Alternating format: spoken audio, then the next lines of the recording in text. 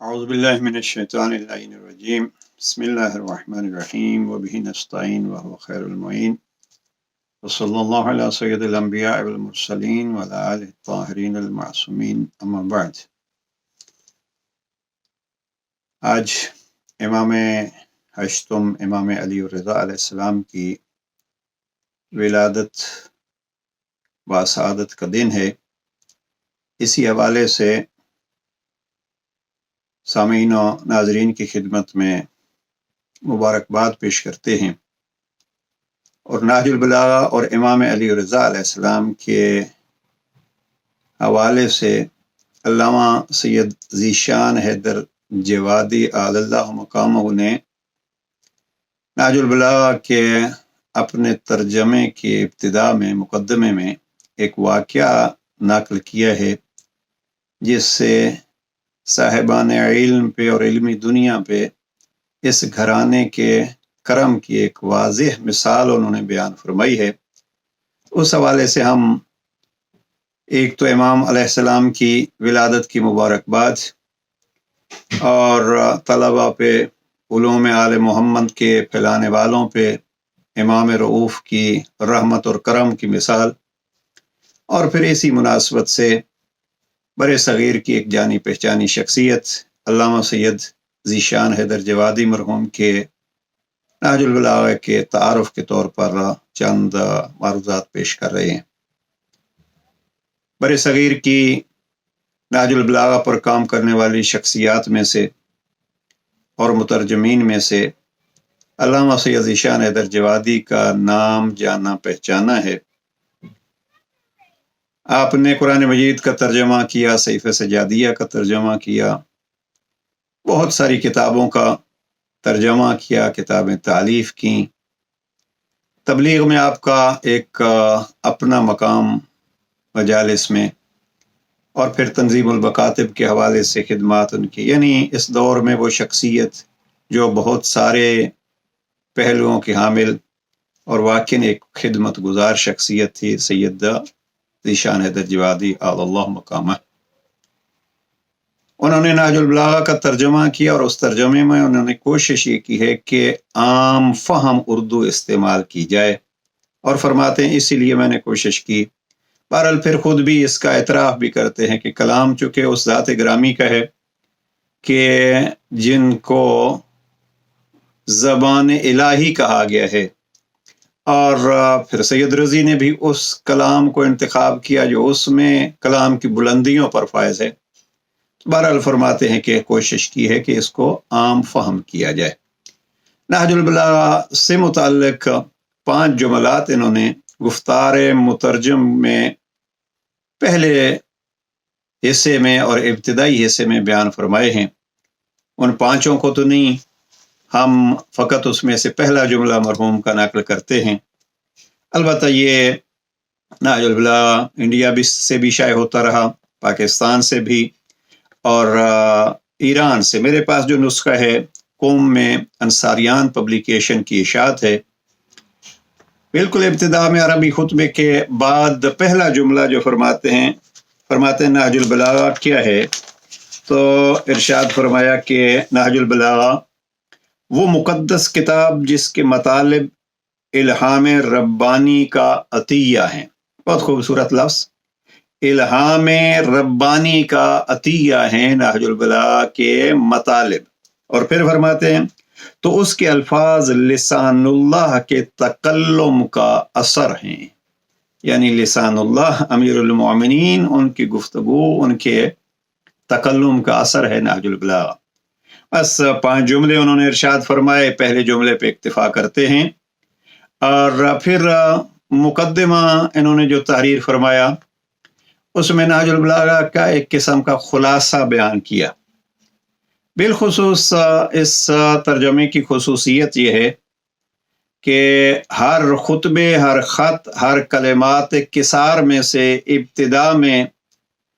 حوالے درج کیے گئے ہیں کہ سید رضی کے جمع کردہ کلام یعنی نہج البلاغہ کے علاوہ یہ کلام کہاں کہاں موجود ہے. مثلا انہوں نے مقدمے میں سید عبد الزہرا خطیب، یہ ایک عراق کے بزرگوار تھے جنہوں نے نہج البلاغہ کے متعلق 4 جلدوں میں کتاب لکھی ہے،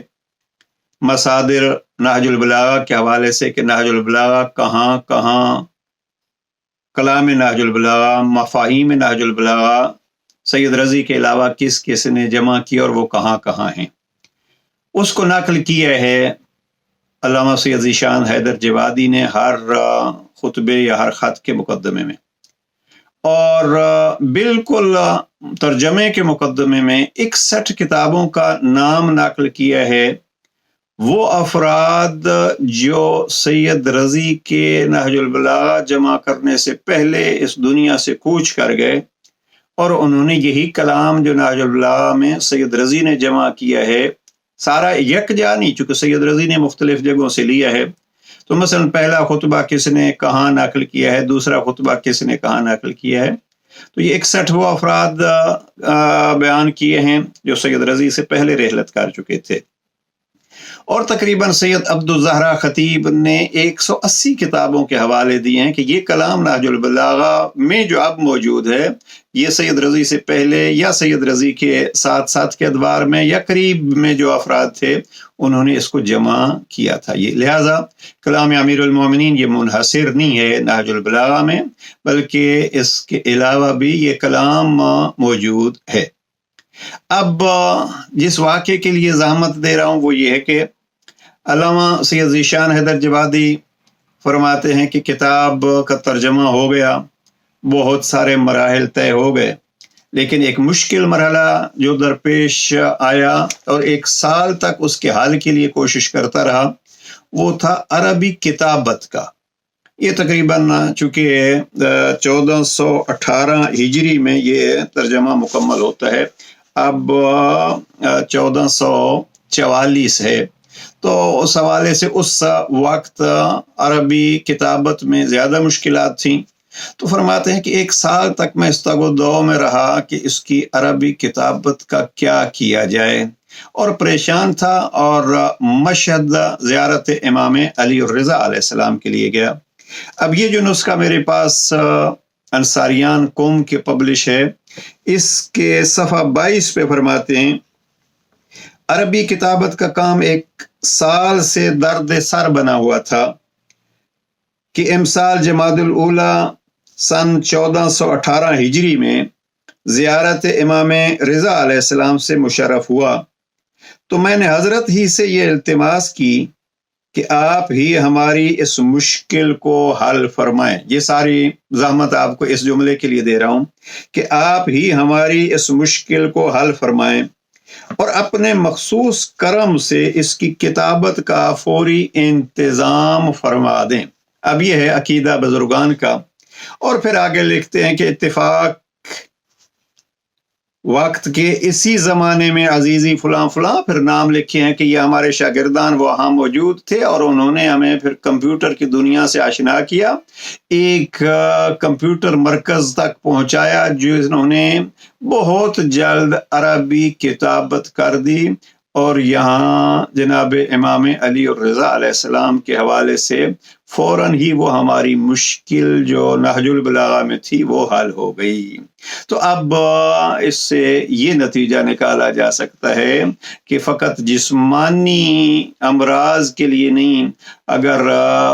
دین الہی کی خدمت کے لیے بھی کبھی کوئی مشکل ہو تو یہ گھرانہ واسطہ بن سکتا ہے، اور یہ نہج البلاغہ خود نمونہ ہے کہ جیسے علامہ سید ذیشان حیدر جوادی فرماتے ہیں کیسے فوراً اور اسی سفر میں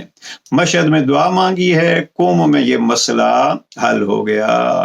اس لیے اگر ہم ہمت کریں، امام علی رضا علیہ السلام کی ایک حدیث نقل کر دوں، شیخ صدوق نے اس کو تحریر فرمایا ہے، اور وہ یہ ہے کہ امام فرماتے ہیں اللہ رحمت نازل کرے اس شخص پر جو ہمارے مشن کو زندہ رکھتا ہے۔ فرزند رسول آپ کا مشن کیسے زندہ ہوتا ہے؟ فرماتا ہے وہ شخص اس کو سیکھتا ہے اور پھر سکھاتا ہے۔ اور آخری جملہ عجب عظمت اہل بیت اور عظمت کلام اہل بیت کے لیے نمونہ ہے۔ امام فرماتے ہیں لو علم الناس محاسن کلامنا لاتبعونا، اگر لوگ ہمارے کلام کی اچھائیوں اور محاسن سے آگاہ ہو جاتے تو وہ ضرور ہمارے تابع دار ہو جاتے، پیروکار ہو جاتے۔ لہذا نہج البلاغہ جس پہ نظر کرم پڑی ہے امام علی الرضا علیہ السلام کی، اور یہ سید ذیشان حیدر جوادی صاحب کا مسئلہ فوری حل ہوا۔ آئیے ہم بھی دعا کریں کہ امام کی ولادت کے دن مولا ہمارے لیے بھی دعا کیجیے، ہم بھی آپ کے کلام کو سمجھنے، اس کو زندگیوں میں اپنانے اور پھر دوسروں تک پہنچانے کا شرف حاصل کر سکیں۔ السلام علیکم ورحمۃ اللہ وبرکاتہ۔